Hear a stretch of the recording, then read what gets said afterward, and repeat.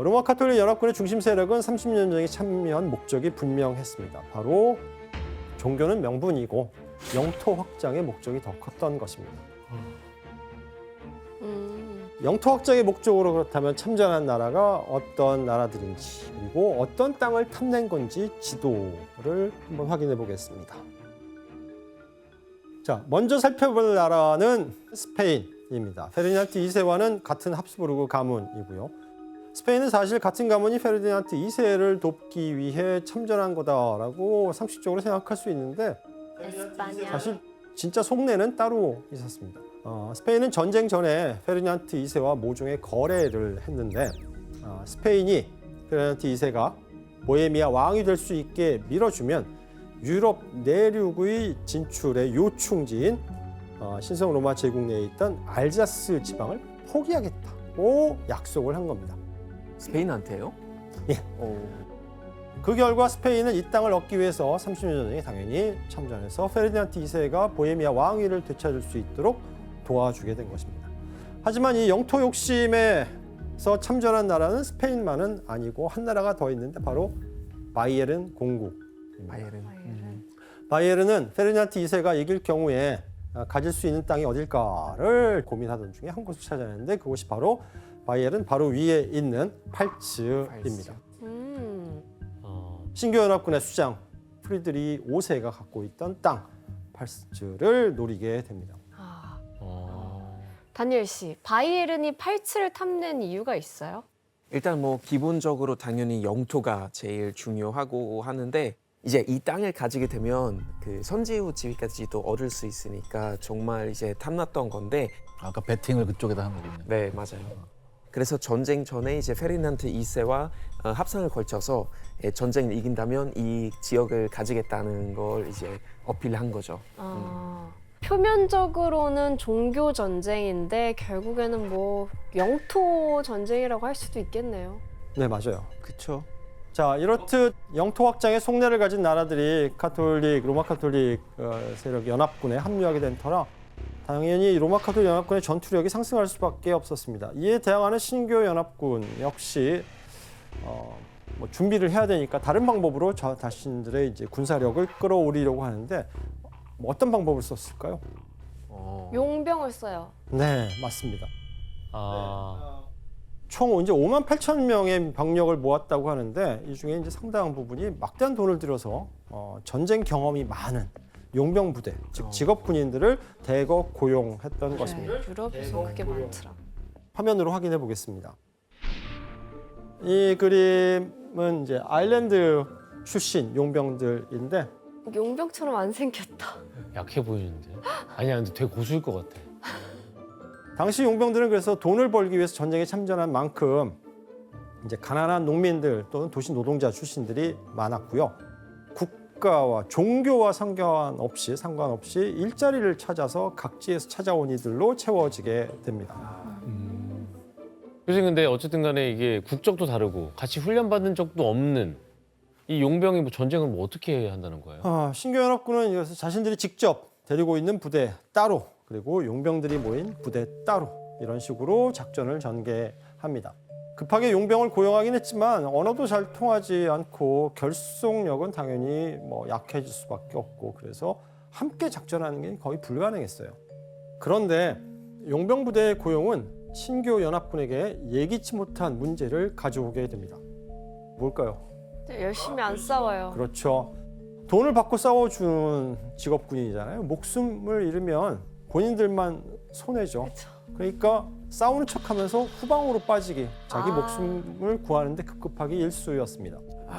그러면은 제 역할 안 합니다. 몸살이는 부대네. 그렇죠. 그럴 수 있죠. 제대로 싸우겠냐고. 맞아. 그리고 문제는 이뿐만이 아닙니다. 전쟁이 거듭될수록 이제 치명적인 문제가 발생하는데 바로 프리드리 5세가 자금이 달리기 시작합니다. 월급을 못 주는구나. 그렇죠. 월급 못 받으면 어떻게 됩니까? 파업이죠. 그렇죠. 월급 못 받으면 화합을 하게 됩니다. 이때 보헤미아 국경선을 지키다가 국경을 넘어가려던 로마 가톨릭 연합군과 마주친 용병들은 그래서 아예 황당한 제안을 하게 되는데 당시 상황을 지원 씨하고 규현 씨가 한번 재연해 보시면 재밌겠네요. 네. 자, 우리는 로마 카톨릭 연합군이다. 죽고 싶지 않으면 순순히 길을 열어줘라. 그냥 길을 열어달라고? 우리를 물러보는군. 멋이라. 그럼 한판 붙어보자는 게냐? 길을 여는 방법이 싸우는 것만 있는 건 아니잖아. 이거면 길을 열어줄지도. 어떤가? 전쟁이 아주 쉬워지겠어. 콜. 돈 좀 주면 된다 이거지. 아, 그렇지. 와. 자, 어떤 방법으로 이제 전투가 실제로 진행되고 때로는 포기되었는지 아시겠죠? 적군으로부터 돈을 받고 심지어는 길을 열어주기도 한 것입니다. 약간 진짜. 승부조작 같은 거야? 개판인데요? 게다가 용병 부대는 추격전을 안 해요. 왜? 왜 저희는 뭐 끝까지 추격하여 한 놈도 남김없이 섬멸하라라고 하잖아요. 근데 용병은 그렇게 시키면 도망가던 측에서 야, 니들 주급 얼마냐? 그래서 얼마다. 매수를 그러면 해버려요? 예, 그쪽 적 장군이 따보해. 이러면 따보해. 이러면 넘어가는 거예요? 그냥 넘어가요. 추격전을 안 한다고 해요. 너무 용병 부대는. 웃겨. 그 용병이 싸울 때 가장 큰 특징이 기습이 없습니다. 왜요? 시간을 정해놓고 싸워. 우리 간다 이러고. 아침 9시부터 아, 뭐 10시 진짜요? 반까지 뭐 이런 식으로 아, 싸우고 출퇴근이 있어요? 대박이다. 야근 수단 그런 거지.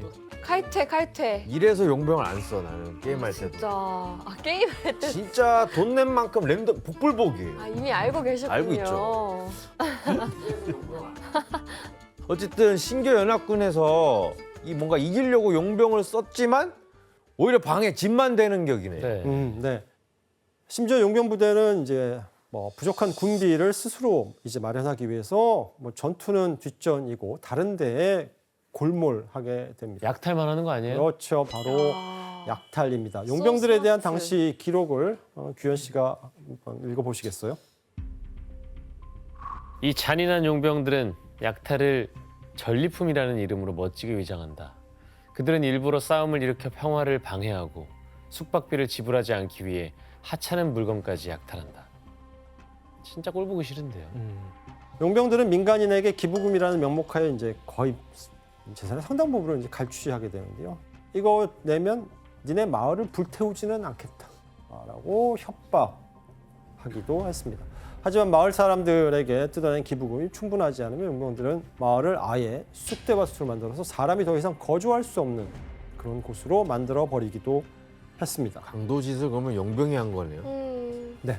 전쟁의 승패보다 자신의 주머니를 채우기 위해 약탈에 골몰했던 이 용병들 때문에 백성들 사이에서 용병 그러면 얼마나 무서웠겠어요. 그래서 이제 당시 사람들이 생각했던 용병을 표현한 그림이 있는데요. 화면으로 확인해 보겠습니다.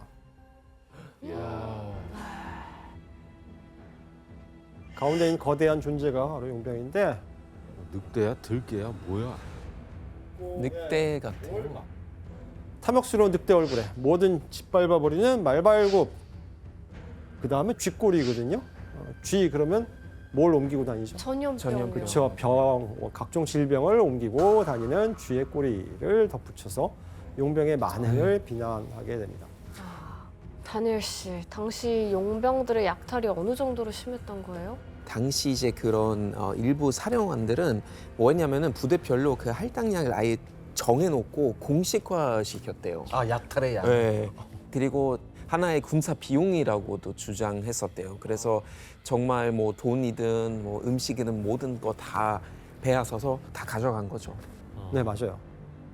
신교연합군은 보헤미아 내에서 전투가 진행되었기 때문에 이제 홈그라운드에서 싸워 셈이었죠. 그래서 이 이점을 활용해서 이 용병 부대 엉망진창이지만 용병 부대를 이끌고 어떻게든지 전투를 이어나가려고 전쟁을 버텨나가려고 시도합니다.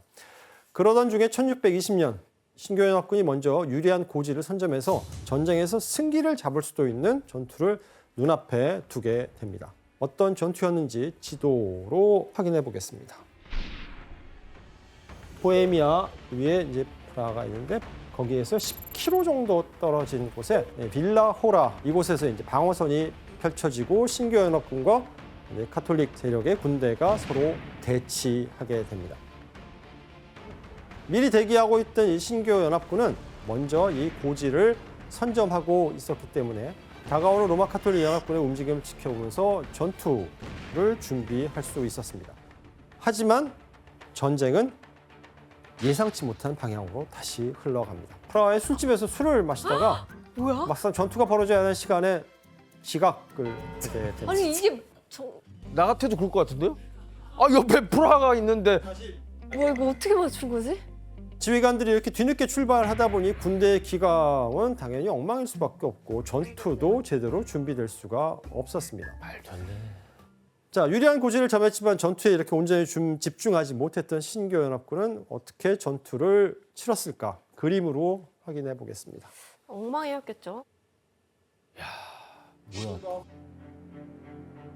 보시는 바와 같이 신교연합군이 저 지대가 높은 곳에 위치를 점하고 있었고 로마 카톨릭 신성 로마 제국의 군대가 저 아래 쪽에 대치하고 있습니다.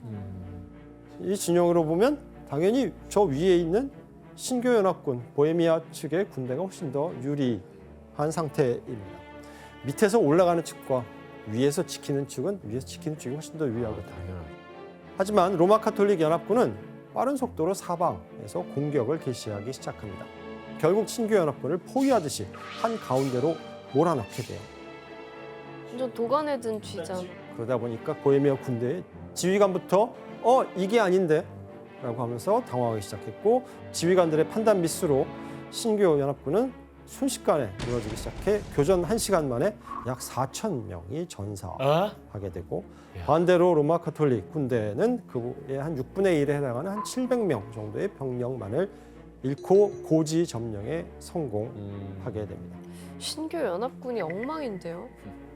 신교연합군의 방심이 패배의 원인이 되어서 자신이 그토록 원하던 보헤미아의 왕좌를 되찾을 수 있게 되었습니다.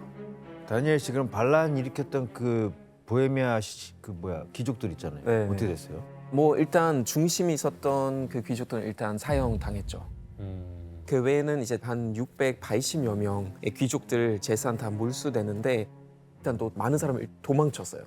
그래서 그 당시엔 보헤미아에서 인구가 약 한 3분의 1로도 줄었다고 하더라고요.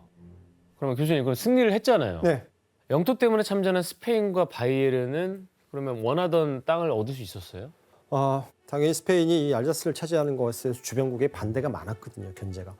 그래서 알자스를 완전히 장악하는 데는 뭐 성공하지 못하고요. 하지만 페르디난트 2세가 지배하는 신성 로마 제국 내부의 영토였기 때문에 이를 이제 교통로로 이용하는 것은 가능해졌습니다. 그리고 프리드리 5세의 땅인 팔츠는 서부 지역을 제외하고는 이제 바이에른의 차지가 됩니다. 이후 1623년에 페르디난트 2세는 팔츠 선제후가 갖고 있던 이 황제 선출권이죠. 이 자리를 아예 바이에른 공작에게 넘겨버리기까지 했습니다. 결국 30년 전쟁에 참전했던 나라들이 표출한 이 영토에 대한 야욕은 어느 정도 달성되었다라고 볼 수 있겠습니다. 하지만 보헤미아의 전쟁 이후 30년 전쟁이 이제 본격적으로 불붙기 시작했습니다.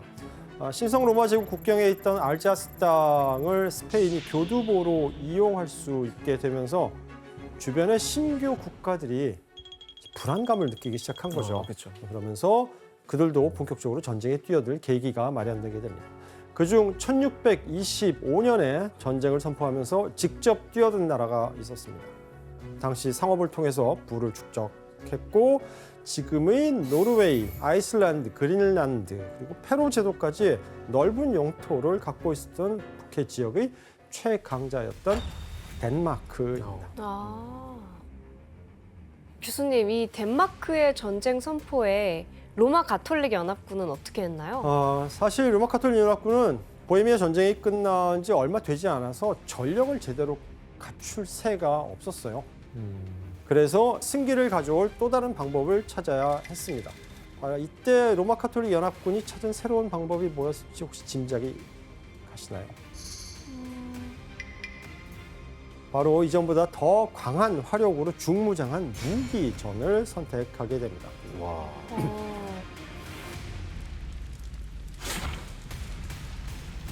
자, 그렇다면 로마 카톨릭 연합군의 무기전을 이끈 인물은 누구일지 바로 보헤미아의 공작이었던 알브레이트 폰 발렌슈타인 발렌슈타인은 군 지휘관으로서는 탁월한 인물이었던 것 같아요. 발렌슈타인. 그는 먼저 로마 가톨릭 연합군의 전력을 보충할 무기전에 대비하기 위해서 보헤미아 신교 귀족들이 내놓고 이제 쫓겨난 땅들이 있잖아요. 이 땅들을 헐값에 사들이게 됩니다. 땅을 사면 거기 뭐가 따라올까요? 그 땅에 거주하는 자원 뭐 그쵸 사람들 주민들이죠. 세금. 결국 세금을 걷어들일 세수원이 확보된다라는 바로 그 세수를 갖고 뭘 준비했느냐? 무기전을 준비했던 것입니다. 발렌슈타인은 이곳에서 군세라는 이름으로 세금을 걷어서 군수 공장을 세워서 이걸 굴리기 시작합니다. 이렇게 세운 군수 공장에서 전쟁에 필요한 무기, 화약, 탄약과 같은 이제 군수품을 제작했던 것입니다. 무기 보급에 만반의 준비를 갖춘 로마 가톨릭 연합군을 상대로 덴마크군은 과연 잘 싸울 수 있었을까요? 못했겠죠. 어려웠어요. 덴마크군은 거의 4년 동안 전쟁을 치렀는데 로마 가톨릭 측의 연합군의 체계적인 이 무기 보급에 당해내지 못하고 결국 패배하게 됩니다. 결국 이 무기전은 로마 가톨릭의 승리로 일단락되게 됩니다. 와. 그러면 교수님 어떻게 보면은 이게 지금 로마 가톨릭 연합군을 지금 연승하고 있는 거잖아요. 네, 맞습니다. 그런데 이때 로마 가톨릭 연합군에 대항해서 30년 전쟁에 뛰어든 한 나라가 등장하게 됩니다. 센 나라가 딱 들어오고. 영국이 센 나라입니다. 덴마크의 뒤를 이은 발트해의 또 다른 강자, 발트해? 바로 스웨덴입니다. 스웨덴. 스웨덴? 이때 스웨덴 군을 이끌던 인물이 있었는데 당시 36살이었던 스웨덴의 젊은 국왕 구스타프 2세입니다. 기자님 이분 뭐 어떤 분이에요? 이 북방의 사자왕이라는 별명이 있습니다. 사자왕. 그러니까 그렇게 불릴 정도로 용맹하고 그다음에 뛰어난 전술 전략가인데 왕인데도 전쟁에 나가서 가장 앞에 섰어요. 이 구스타프 2세가 왕이 되었을 때 비로소 스웨덴이 강국의 반열에 오릅니다. 그래서 스웨덴의 왕 구스타프 2세는 신교 연합군을 결성해서 1630년 이 전쟁에 과감하게 뛰어들게 됩니다. 아.